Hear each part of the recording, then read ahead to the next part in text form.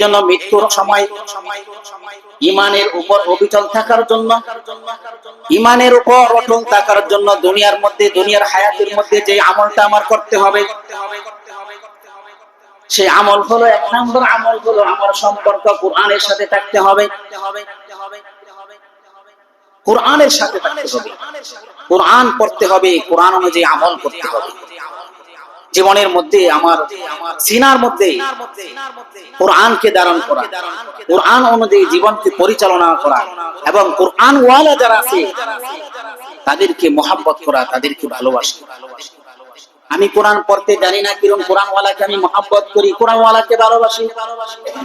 এই যে আপনাদের এলাকার মধ্যে মাদ্রাসা, যারা যাদের সিনার মধ্যে কোরআন, যারা কোরআন পড়তেছে, 24 ঘন্টা কোরআন পড়তেছে, এই সমাজের অনেক মানুষ আছে যারা ওই কোরআনের পাখিগুলোকে 3 বেলা খাবার খাওয়াইতেছে। এটা একটা মহব্বত, কোরআনের প্রতি ভালোবাসা। যারা এই কোরআনের প্রতি ভালোবাসা রেখে মাদ্রাসা মসজিদের মধ্যে খেদমত করতেছে, মাদ্রাসায় সহযোগিতা করতেছে, এটাও কোরআনের প্রতি একটা ভালোবাসা। কারণ এই মাদ্রাসা থেকে কোরআন পড়ে হাফেজ হয়ে বের হবে, দুনিয়ার আনাচে কানাচে তারা বড় আলেম হয়ে দ্বীনের খেদমত করবে, কোরআনের খেদমত। তো যারা ওই মাদ্রাসার ছাত্রগুলোকে মহব্বত করতেছে, ভালোবাসতেছে, তাদের প্রতি সহানুভূতি দেখাইতেছে, এটাও কোরআনের প্রতি একটা ভালোবাসা। আমি কোরআন পড়তে জানি না, কিরকম কোরআনওয়ালাকে ভালোবাসি।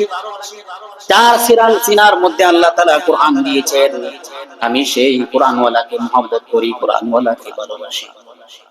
আল্লাহ তাআলা সেই কোরআনের ভালোবাসায়, কোরআনের মহব্বতে হতে পারে মৃত্যুর সময় আপনি আমাকে ইমানের অবস্থায় রাখবেন, ইমানের উপর সাবেত কদম রাখবেন। এই জন্য ইমানের উপর মৃত্যুর সময় অটল থাকার 1 নাম্বার আমল হলো কোরআনের প্রতি মহব্বত রাখা, কোরআনকে ভালোবাসা, জীবনের মধ্যে কোরআন অনুযায়ী জীবনকে পরিচালনা করা, কোরআনের বিধিবিধানকে জীবনের মধ্যে বাস্তবায়ন করা, কোরআনওয়ালাকে মহব্বত করা, কোরআনওয়ালা যারা আছে তাদের সাথে সম্পর্ক রাখা, এটাও এক প্রকার কোরআনের প্রতি ভালোবাসা। এই জন্য মৃত্যুর সময় ইমানের উপর অটল থাকার 1 নাম্বার আমল হলো কোরআনের প্রতি কি রাখা, ভালোবাসা।